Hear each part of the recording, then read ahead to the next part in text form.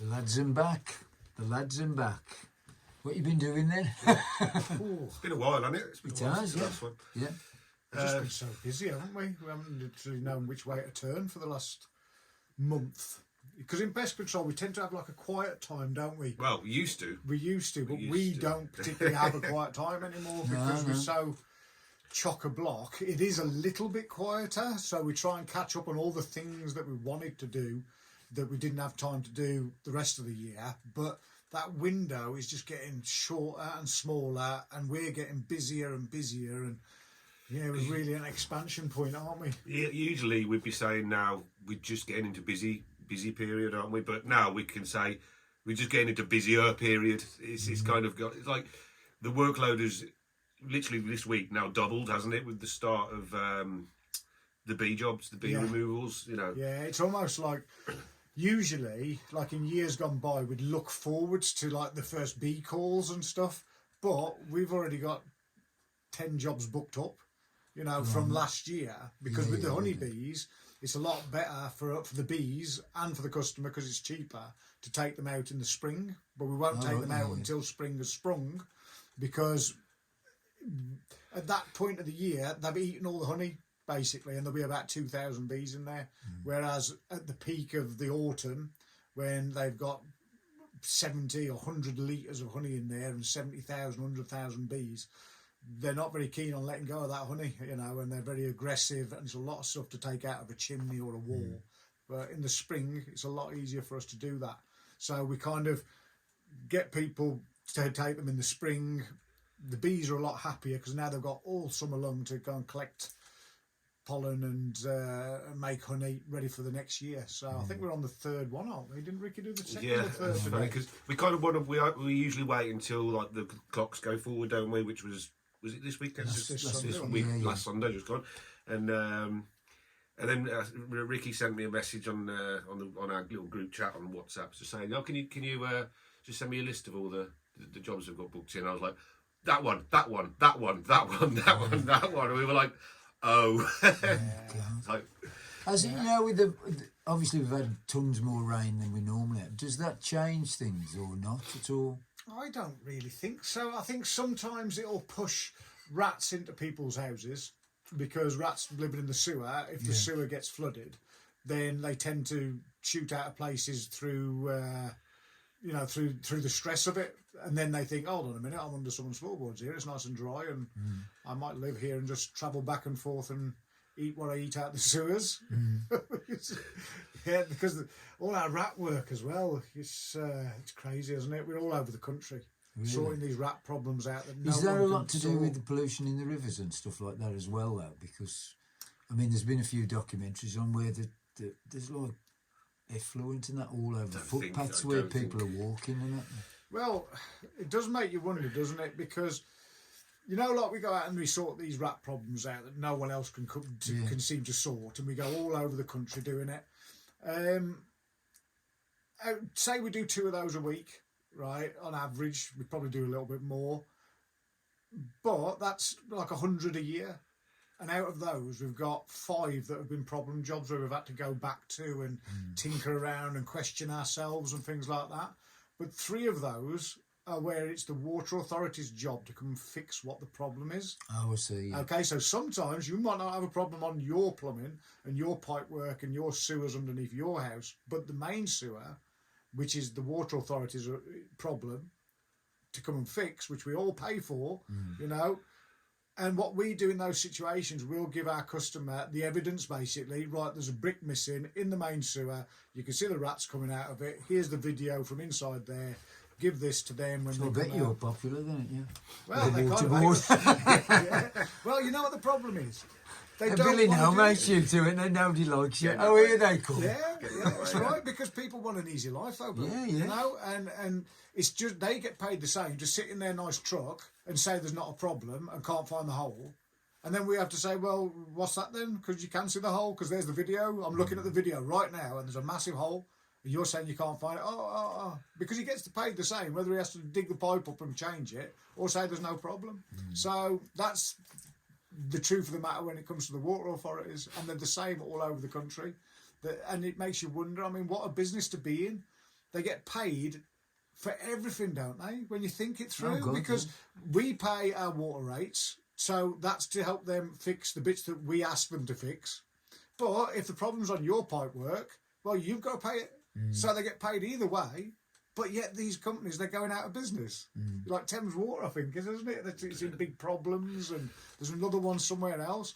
And it's like they should be making money hand over fist. They really should. You know, just do their jobs right.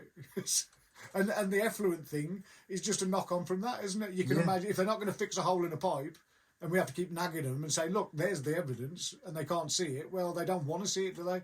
And they obviously don't want to spend the money. It's all about paying the shareholders, isn't it? Not worrying about the environment and things like that, I think.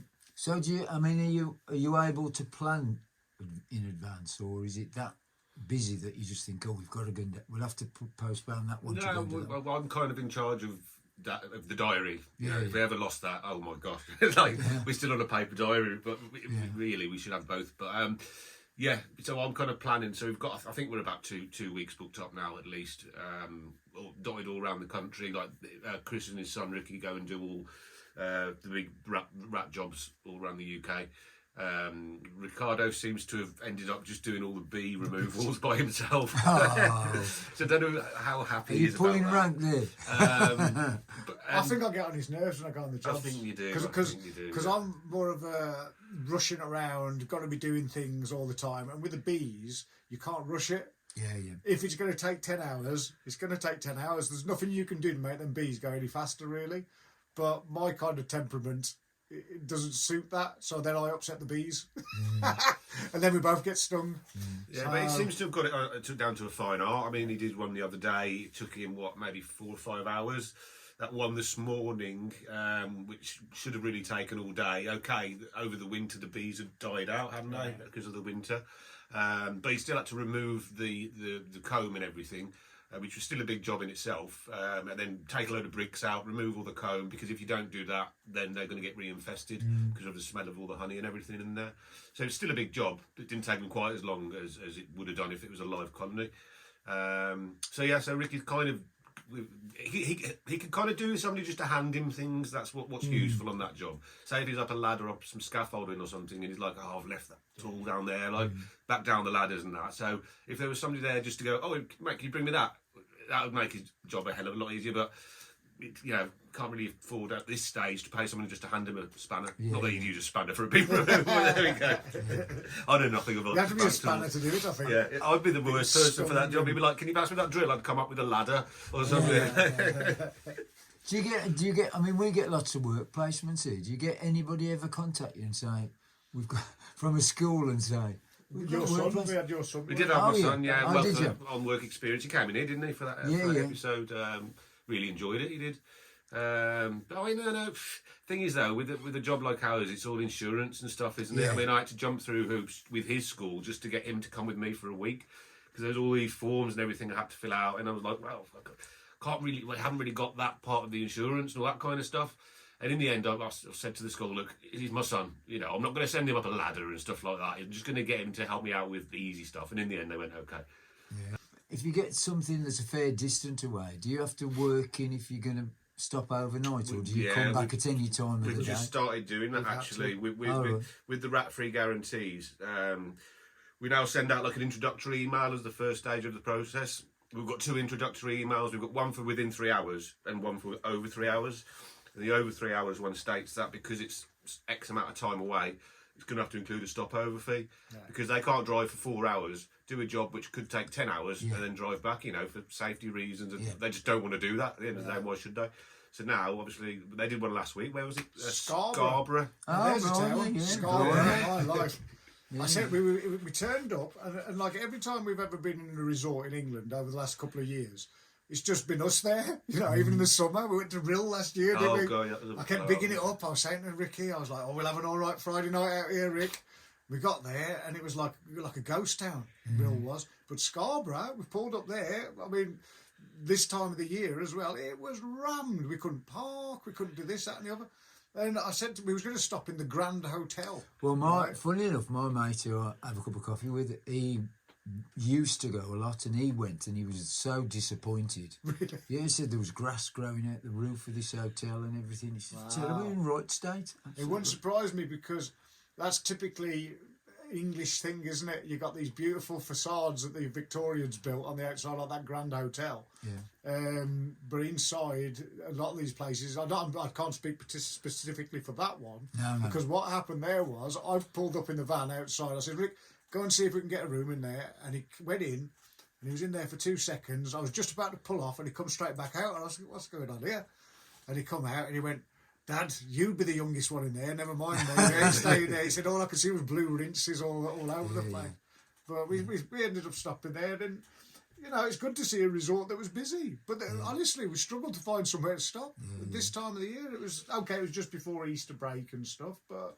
I think it was the Easter. Was it last week? It was last week. It was the Easter holidays, wasn't it? So that's probably why. But then again, if it's all old people, aren't they on holiday constantly? Why do they need to go in the Easter holidays? Yeah, I mean, it's probably local people going to the spa and stuff like that, isn't it? Really. Did I tell you about what they said to me? Our customer said to me as I was driving off about one of the pest controllers who'd been out to him. So this guy, he'd had rats for 4 years, I think, and it turned out that it had been going on before he even bought the house and all this. And he'd had loads of pest controllers, and one of them was a local bloke from Scarborough. And he actually said to him, "Oh, I'll put you some poison down, and you know how much we hate that."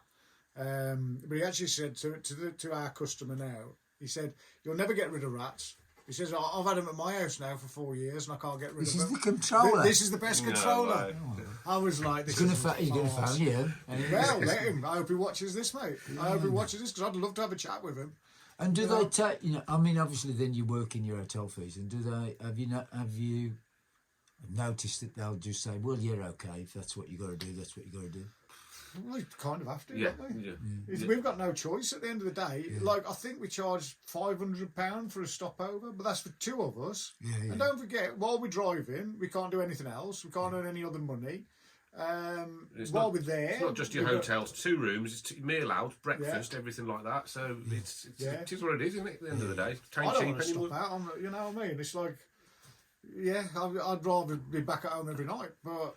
Then you've got to decide as well, do we drive up the night before and then stop over and then get straight to the job of the next day and get it done, or do we do the job and then have all the bother of trying to find somewhere to stop and so it's a fine line between So do you decide on the day? I mean, say if a job is easy, you'd come straight back, and then if it's over 3 hours, you're going to stop it. You're going to stop. I think the way it's looking like it's working is if it's far away, we'll drive up that afternoon, stay the night. Because then we get an extra day of work here local, or whatever we're doing here. Or sometimes we might fit it in with another job, so we might be halfway in that direction anyway, but then we'll go and stop up there. And you're probably one of the few, aren't you, that do, because of your reputation, that do that. I mean, if you're, there are other pest control, they probably do locals, but they just think... Yeah, there's a lot of national companies in there that have got pest controllers dotted around the country in that one company. Yeah. But none of them really do what we do. That's why we are, well, when I say we, that's why they are going all around the country doing this. The truth of the matter is, if anyone's listening to this, well, we hope there's a few, right? But the truth is, if they come out to you and you've got a rat problem or a mouse problem and you ring up the pest controllers, first ones you find on Google, and they say, yeah, we'll come out, we'll do 2 or 3 visits, ask them how they're going to do it. Because if they say they're going to come out and just put some poison down for you, what are you paying for? You could go and do that yourself. Yeah. Right, you shouldn't do it, because if you read the label on the back of your poison, your rodenticide for the proper word of it, it will say in there in quite large letters, the CRRU is the campaign for reasonable rodenticide use, okay? And it's to help stop too much poison getting into the food chain, I suppose. Into the food chain, by barn owls and foxes and badgers and things like that. And you shouldn't use it. You shouldn't use it unless you've tried every other method to get rid of it. It should hardly be used at all, but it is used all the time. And it's not just the general public, it's pest controllers as well. So if you have a pest controller who wants to come out and just put poison down, just get rid. Seriously, just get rid of them, because they ain't going to solve your problem, and they shouldn't be doing it, and they're breaking the law. And ask them. You could even ask them. Say, "Oh, how does that work then? What rodenticide are you using that you don't have to use traps before you use it, and you don't have to find the holes and block the holes and things like that?" least toxic method. Blimey. And it's the best way. Yeah. It's the best way to do it. No stinking dead We've got a rats. track, haven't we? Yes. We was going to divide it equally, and we never do. You never do. So, first track, Alien Ant Farm. So, Yeah, well, it's getting harder and harder week on week to try and think of songs or bands that are loosely related with Pest Control. I've thought I've done pretty well with this one, actually. Yeah, and we've got them all. Farm. So, yeah, Alien Ant Farm speaks for itself. Smooth Criminal. well done. If you moved over there, I bet you your head's behind that. Just stay where you are. No, it's Putting all me right. off. It's all right. Is Don't he worry. idiot? When I'm leaning forward like this, No, That's all right. no, actually. you're all right. He's such a fidget. Isn't he? He's moving around. Stay still, man. Oh, What's that? 15:29. that's too much coffee. Lisa's attic is the next one. Right, let me go on about the loft thing then. Loft That'll thing lead next. into that. Yeah, I find that unusual. People want the lofts. We do. When they've had rats or Oh, I mice see. and Yeah, things. yeah. Because it's awful what we find in there sometimes. Yeah. We find them mummified. Did you find any on that I one? found two mummified rats, which Fran wanted to put in resin because she's weird like that. Anytime she finds a dead something, she's like, "I'll put that in resin and make it into a necklace." Another two of them mummified rats. We don't really know how that works, but you find these rats, and it must be a perfect thing, temperature and humidity on certain rats, because usually flies will find them, and there'll just be nothing. There'll be a skeleton left. Yeah. But they're literally like hairless rats, all complete and everything, and they've just got no hair on. They look mad. And the other couple we had, Why would the they? tattoos Because down the bottom of Brettle Lane. Yeah. They've got it, haven't they? Would they fall off because of the atmosphere then, or they just? No, it's like Chris says, they're either going to mush away and rot away to just a skeleton, or they're mummified. There's kind of no in between, and it's weird. So I found two mummified ones. I found a few skeletons. So obviously they'd died at different points of the year. It's just the guy who lived there. He didn't want to put it. I kept saying, "Come and have a look at this." Like, no, don't want to see it. Don't want to see it. Don't want to see it. Stick it in the loft. Have a look. No, don't want to. It was terrifying. You know it was good though. You know it was a good job. That's all that matters sometimes. So that was my big job, and that leads us on. If it's time, Billy. Yeah, we're track nearly two. there. So, yeah. What's the track? This is called Alicia's Attic. Oh, Track Oh. I Am, I Feel. There we Yeah, go. let's have a listen. Yeah, that's weird. Never thought of that. Cleaning the loft completely out. It's one of those you jobs. see a lot of people that like all the pest controllers. What they do is when people have had rats and they keep coming back, Yeah. and they just keep going out putting poison down. What they do is they take these people now, because now they're really worried that their problem's worse than everyone else's, and it's just the same as everyone else's in reality, right? And what happens is they're easy to manipulate, and they sell these loft clearances. So they'll be charged thousands of pounds to remove everything, and they get told, "Oh, it's the scent trails that's attracting the rats," Yeah. and it's got nothing to do with it, nothing at all.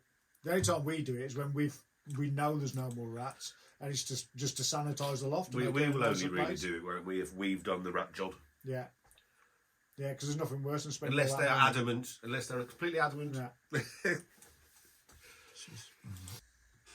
Right, we've done lofts and going up to Scarborough. So it's bee time then. So Yes, it started, doesn't it? Well, yeah, I was just out and about on my travels. I think I'm just getting back in my van, and I thought there was a low-flying plane next to my ear, and I turned around and it was this huge. Well, it was obviously a queen bumblebee. Yeah. So honestly, the noise they make is incredible.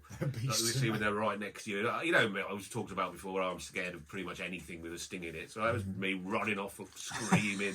With big beaks, and they chase you as well, don't they? They chase it's you. a little kid 'cause said they sense that bloke gets pests and he's running away from Yeah, them. it's always a running joke with everybody, that is. But it's because they sense the CO2 in your breath, isn't it, Chris? That's the thing, isn't it? So once they're near you, If they feel threatened, they'll follow you, and then I'm just running. Yeah, it's evolution for you, isn't it? Like the CO2 in your breath. I suppose that comes from if a badger was digging up a bumblebee nest or something like that, or ripping a tree apart to get to some honeybees after their honey either way. The only place that you can really sting a badger or a bear or something like that is the nose and the lips. Yeah. Because everything else is covered in thick fur, isn't it? So I think that's why that happens. But with the bumblebees, it's the baby ones, isn't it? They're so cute.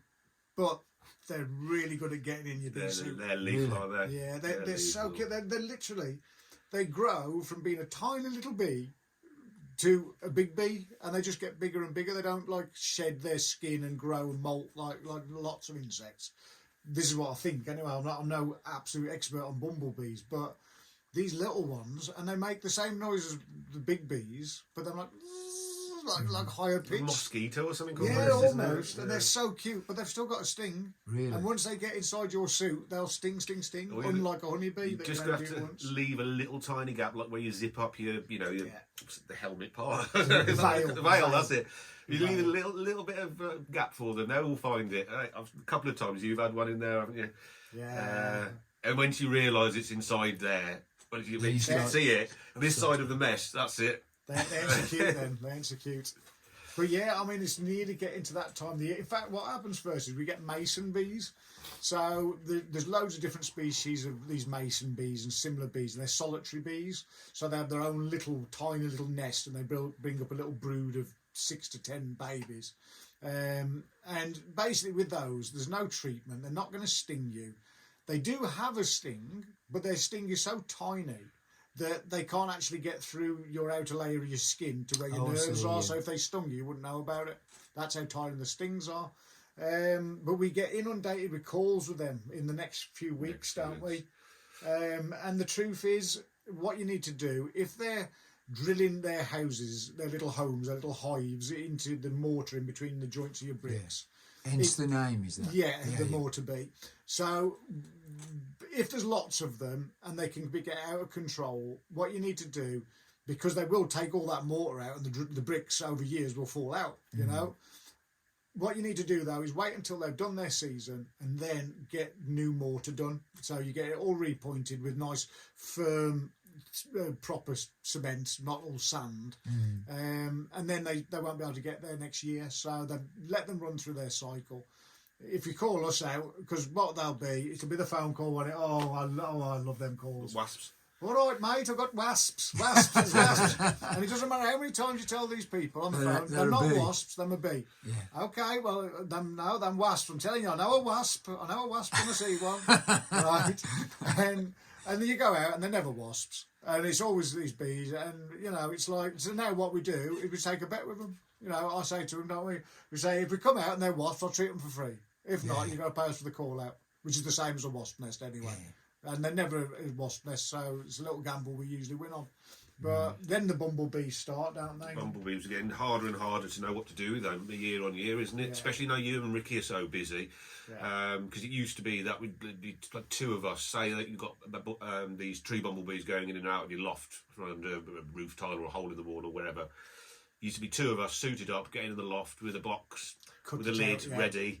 And one person would get the insulation up, get the box over the bees, slide the lid under, tape it all up as quickly as you can. But that's like kind of a two-man job, really, isn't it? Well, a little thing here I want to say to people as well is, if you've got bumblebees up by your guttering, right, and you can see them all spinning around and stuff, be very careful, because that's going to be something called tree bumblebees usually, and they're kind of a non-native species, but they're very much established here now. And they're a lot more aggressive than all our native species. And what you can do, if you go up in your loft, well, this is what I'm trying to say don't do, but you'll go up in your loft and you'll notice in your insulation there'll be like a lump in the insulation, and that's where the little bumblebees, they've all been tufting up the insulation to make their home, and they put their little eggs, and they collect the honey in there in little like goblets. They look like little wine glasses, like they're beautiful things. But what sets them off is vibrations. So if you try and lift yourself up out of the loft, say, and you just happen to touch one of the joists that's near to where the thing is, where the nest is, within a few seconds, all of a sudden, all these little worker bees will come all pouring over the top and start going towards you.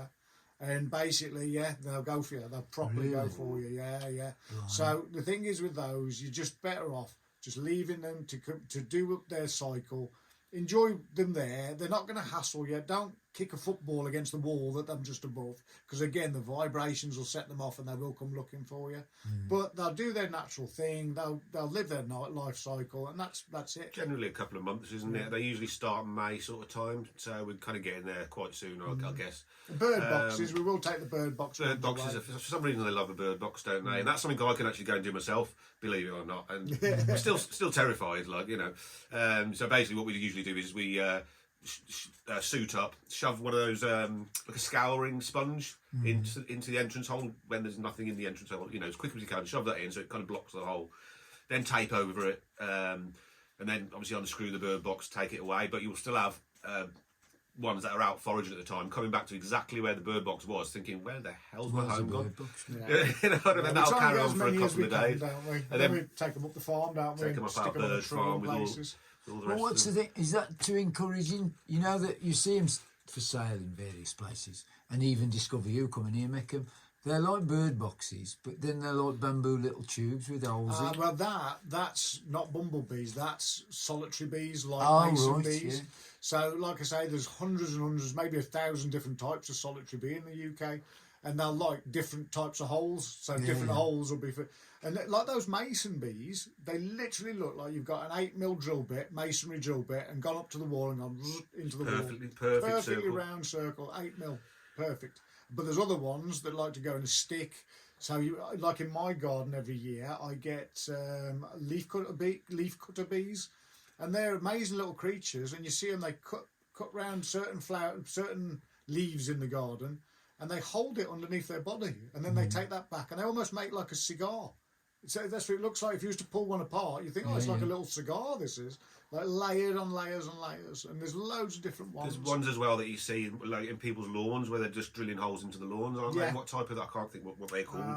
Because I had a call like last year, and he's going, I've got wasps all over my lawn. I'm like, well, you haven't, because he was just round the corner. I went out to have a look. I'm like, no, there's this type of solitary bee. Can't remember the name of them. But they're literally covering the lawn. But again, like Chris says, they're not bothered with you. They're just doing their thing, and they haven't got a sting big enough to get you, like, you know. But we come to that season now where we've just got to be like, it's not this, it's not this. Okay, if you think it's that, okay. Well, What would we know? Do you check? I mean, not knowing what type of bit, or do you know when they describe where it is, what type it's going to be? The time of the year as well. So you know what to do. Because wasps, the wasps ain't even woken up properly yet. The queen wasps, they're still in a dormant stage, living in your shed or in your insulation in your loft. So, I mean, they don't really get going until like June, do they? Really? Yeah. June, July, and then August, September's when we get inundated because in a good season for it. Yeah. Whereas honeybees, they're kind of, you get the swarm season. I remember talking to you about this last year. Swarm season last year was insane for about 4 weeks, wasn't it? The phone just didn't stop ringing, bees coming down people's chimneys and all the rest of it. But the best thing you can do, if you get a bee swarm turn up, and you'll know about it because you're talking 50,000 bees all in one big ball, shoot down your chimney, and it'll sound like someone's got a motorbike in your chimney. The best thing to do, though, is just be patient, leave them for 48 hours, because if they're still there after 48 hours, they're probably going to stay. Then you've got a problem, and you're going to have to get your checkbook out because it's scaffolding, take your chimney apart, take them out. Oh, my God. Because killing them, not only is it illegal, it's not going to work, because what will happen is, okay, you kill all the bees, but that comb, which they build incredibly quickly when it's a swarm, that smells of bees, and it's up in your chimney, so you've still got to get up there, take all that comb out, because otherwise another swarm. Come back. Well, they say bees can smell like honey and things like that from 2 miles away. Oh, no. So they send out these scout bees, and they can literally smell honey from 2 miles away. They'll go and check it out, and they'll come back to that swarm that you might see hanging in a tree, because that's what they're doing when you see them like that, a big ball of bees hanging down. The queen's in the centre of that, and they're just pausing there, waiting for these scouts to come back to give them the information and say, I found a brilliant place. It's Billy's chimney. Let's go and live in Billy's chimney. He'll love us. And then obviously, you have to ring us, I'm afraid. But leave them 48 hours, smoking them and things like that. It never works. No. All they'll do is they'll just go out your chimney, go on the outside of the chimney, wait for the smoke to go, and then go back in again. We'll find somewhere where the smoke can't get to them. So, well, the next track is obviously applicable, then, isn't it? Yeah, so this one, as we're talking about bees, this is the hives. Right, lads, you've got about 7 minutes. Okay. Off you go, Chris. Okay, what do you want to know about? What was it? Had an exciting couple of days, actually, in the Pest Interceptors online store land, haven't we? I forgot to ask about that. I feel a bit like Del Boy, when he used to put on his business cards on the side of his van, what does he used to put? Peckham. Paris, Rome, Peckham on it or something. Milan and Peckham. Well, we're now international. Oh, well. We've finally sold some stuff over to the States. So, hello, USA. 2 orders in 2 days. So we launched the American thing probably around the time of the last. Yeah, it was. You were just about to do it, I think. And but nothing. And all of a sudden, yesterday, Virginia, and today, Minnesota or something. I don't even know where these places are, but we're going to find out. Yeah. Just hope they doesn't get lost. Well, yeah, there is that. But yeah, I mean, it's like exciting times, isn't it? Yeah. You know, we're part of the global community, believe it or not. It's annoying that we can't say anything to Europe, but what can you do? What can you do? It's it will be interesting to kind of just track the parcels. That's if we can even do tracking once it goes on its way to America. Once it leaves the UK, you might not even be able to track them with a certain courier company that we use.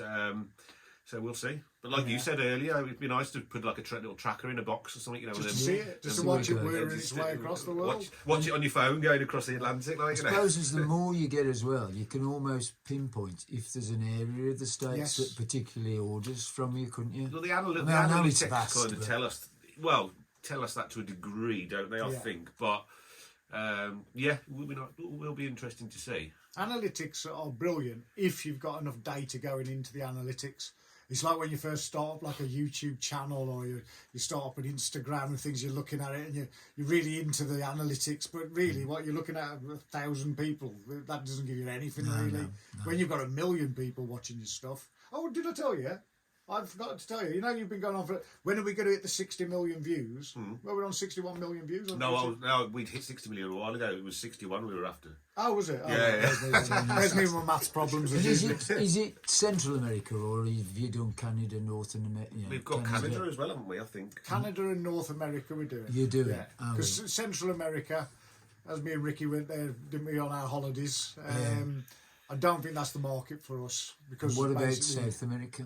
I don't think so really? Either. No, it's well, we'll see how things go, because there's a lot of stuff changing in the world right now, isn't there?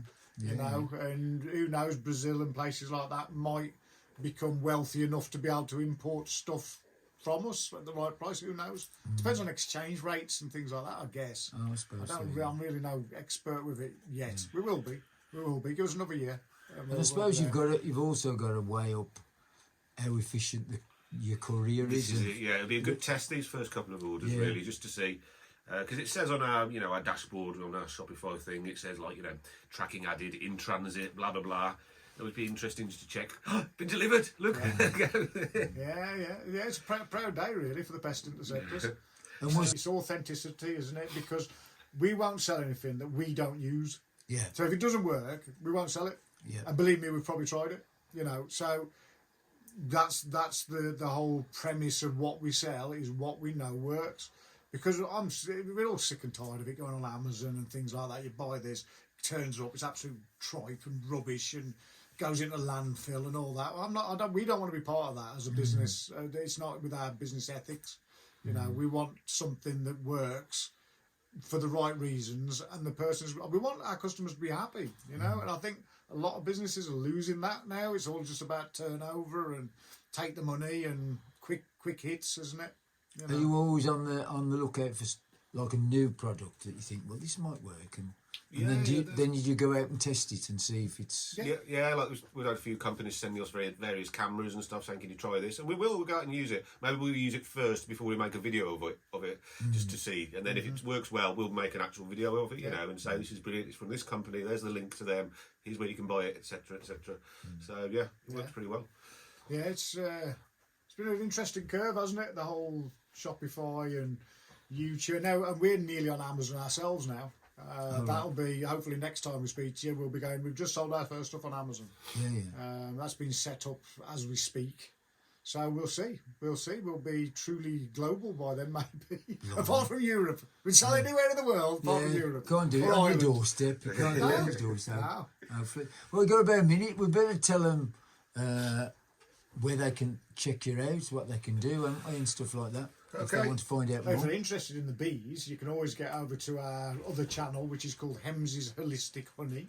Okay, so that's all we do on that is just bees, honeybees, bumblebees, things like There will that. be, I'm sure, loads of new content going on that over the coming few months, I would imagine. Our normal ones, help@pestinterceptors.co.uk is our email. Our YouTube channel, just type in Pest Interceptors. Instagram, Pest Interceptors. Facebook, Pest Interceptors. Anything else? Our Facebook's absolutely exploded this month. Yeah. Has it? Yeah, we've got 12,000 followers now. Blimey. I think that's the biggest one in England. Facebook-wise. And Definitely. your YouTube, 61 million hits. 61 is it? million views, yeah. Some views, isn't it? It's really? crazy. Imagine putting all them people in one room. I know, it's incredible. Incredible. Well, how many people are in the UK? 65, isn't it? Well, we better shoot off. We've got to shoot off, and we're going to go out with Nirvana and a track called Drain You. Oh, Yeah. See you next month. See you later. thank you. Well done. Wow. Great It's stuff. like a rush towards the end. Gotta get this in, gotta get this in, gotta Yeah, get this the in. last one's always blooming